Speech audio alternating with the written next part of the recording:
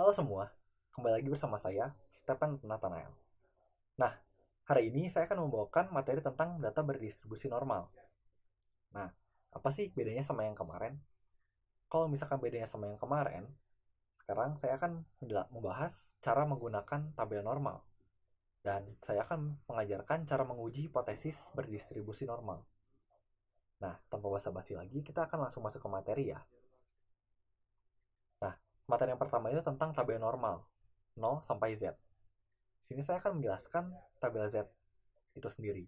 Jadi, tabel Z adalah tabel distribusi normal yang merepresentasikan luas daerah di bawah kurva distribusi normal.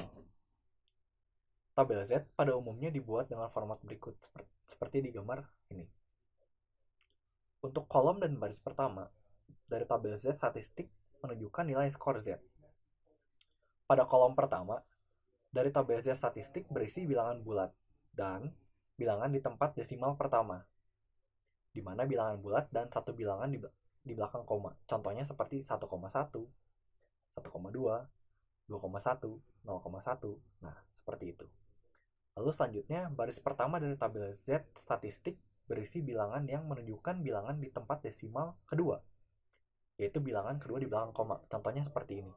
1,12. Nah, duanya itu. Terus habis itu 2,10. Nah, nolnya itu. Dan bisa satu lagi samanya 3,12. Duanya itu yang dilihat. Nah, nilai yang berada dalam tabel merupakan peluang. Interpretasi nilai peluang tersebut bergantung pada jenis tabel. Nah, tabel Z itu ada dua, yaitu yang pertama, tabel Z kumulatif from min, yang isinya hanya berisi nilai skor Z positif. Beberapa contoh di slide berikutnya akan menggunakan tabel Z kumulatif from min. Nah, yang kedua adalah tabel Z kumulatif mulai dari ujung kiri atau negatif tak hingga skor Z di sebelah kanannya. Contohnya adalah uji hipotesis yang akan dibahas di slide nanti. Gambar ini merupakan bentuk dari tabel normal 0 sampai Z. Gimana sih cara membacanya? Nah, kalau cara membacanya adalah dengan baca dari bagian kiri ke bawah, lalu selanjutnya dari atas ke kanan samping. Seperti itu. Nah, kita langsung masuk ke contoh soal aja ya. Contoh soal pertama. Contohnya, peluang dari 0 lebih kecil dari Z dan Z lebih kecil dari 1,12 dapat diambil 1,1-nya dengan cara membaca angka sejajar horizontal dan untuk membaca terakhirnya baca secara vertikal. Seperti itu. Nah, lalu selanjutnya untuk hasilnya bisa dilihat ya di gambar. Nah, kita lanjut ke contoh soal kedua. Terdapat contoh yang memiliki peluang negatif 0,13 lebih kecil dari Z dan Z lebih kecil dari 1,08. Pertama, dipisah terlebih dahulu menjadi peluang 0 lebih kecil Z lebih kecil negatif 0,13 ditambah dengan peluang 0 lebih kecil Z lebih kecil 1,08. Lalu, negatif 0,13 itu dihilangkan negatifnya dan dicari dari tabel Z di bawah. Setelah itu hasilnya dapat ditambahkan. Nah, untuk hasilnya sendiri dapat lihat ya di slide 0,4116. Nah, seperti itu. Next, contoh soal lagi. Dapat dilihat dari kurva ini, luas tengah kurva sebelah kiri itu adalah 0,5. Itulah mengapa 0,5 tersebut dikurangi oleh peluang dari irisan negatif 1,5. Kemudian, negatif 1,5 dimasukkan ke dalam tabel Z untuk dicari nilainya. Untuk hasilnya dapat dilihat di slide ya. Nah, kita sekarang masuk ke uji hipotesis distribusi normal. Hipotesis statik atau pengujian hipotesis adalah pernyataan atau dugaan mengenai keadaan populasi yang sifatnya masih sementara atau lemahnya kebenarannya. Dalam uji hipotesis, terdapat dua variabel yang sering dipakai, yaitu H0 dan H1. Nah, untuk H0 tersebut adalah variabel untuk pernyataan yang akan diuji, sementara H1 adalah lawan dari H0. Seperti itu. Nah, di sini saya akan menjelaskan gimana sih langkah-langkah menguji hipotesis. Yang pertama itu adalah menentukan H0 dan H1. Lalu, kedua itu adalah memilih jenis pengujian hipotesis. Dibagi menjadi 3, yaitu uji dua pihak, uji pihak kanan, dan uji pihak kiri. Seperti itu.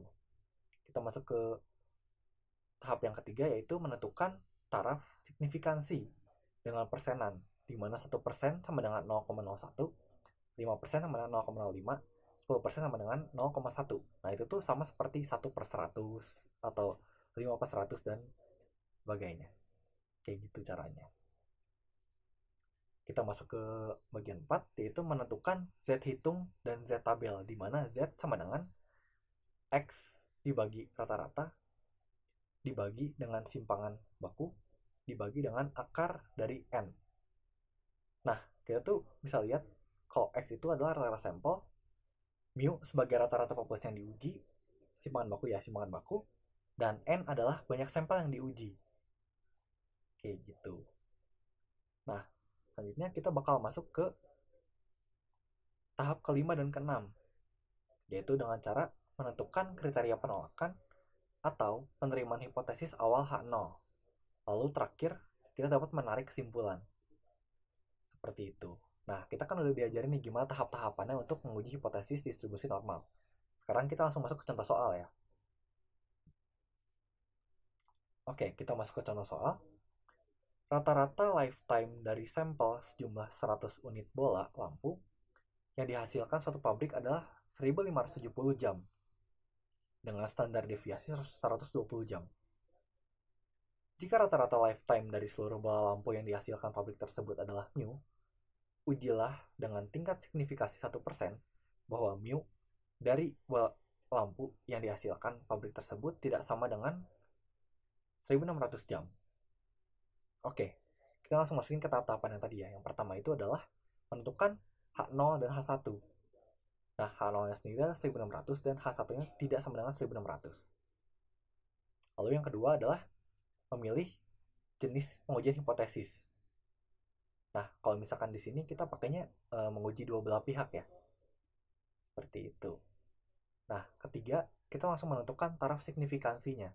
Tadi kan sudah dilihat di soal, tingkat signifikansinya 1% sama dengan 0,01. Nah, dikarenakan tadi kita uji dua belah pihak, maka tingkat signifikansi dibagi menjadi 2. Setelah itu, untuk daerah penerimaan dapat dikurangi dengan tingkat signifikasi. Dalam tabel Z, dapat dilihat nilai yang paling mendekati dengan 0,005, yang mana itu adalah 2,58.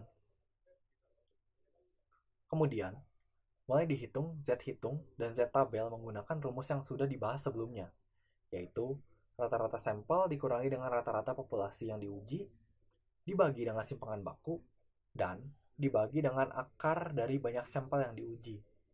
Dimana kalau misalnya kita lihat langsung masukin, 1570 jam dikurangi dengan 1600 jam, dan dibagi dengan 120, lalu dibagi lagi dengan 100, yang menghasilkan negatif 2,5.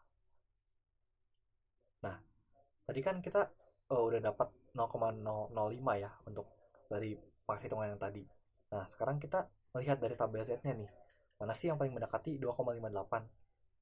Nah, pertama kita lihat dari baris negatif 2,5 dan dicari lagi di kolom 0,08.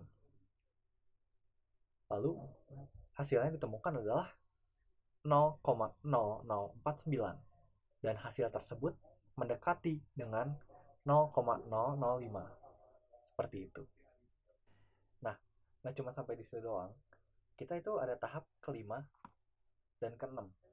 Nah, tahap kelima adalah dengan menentukan kriteria penolakan atau penerimaan pada hipotesis yang mana tadi kita sudah menemukan 2,58.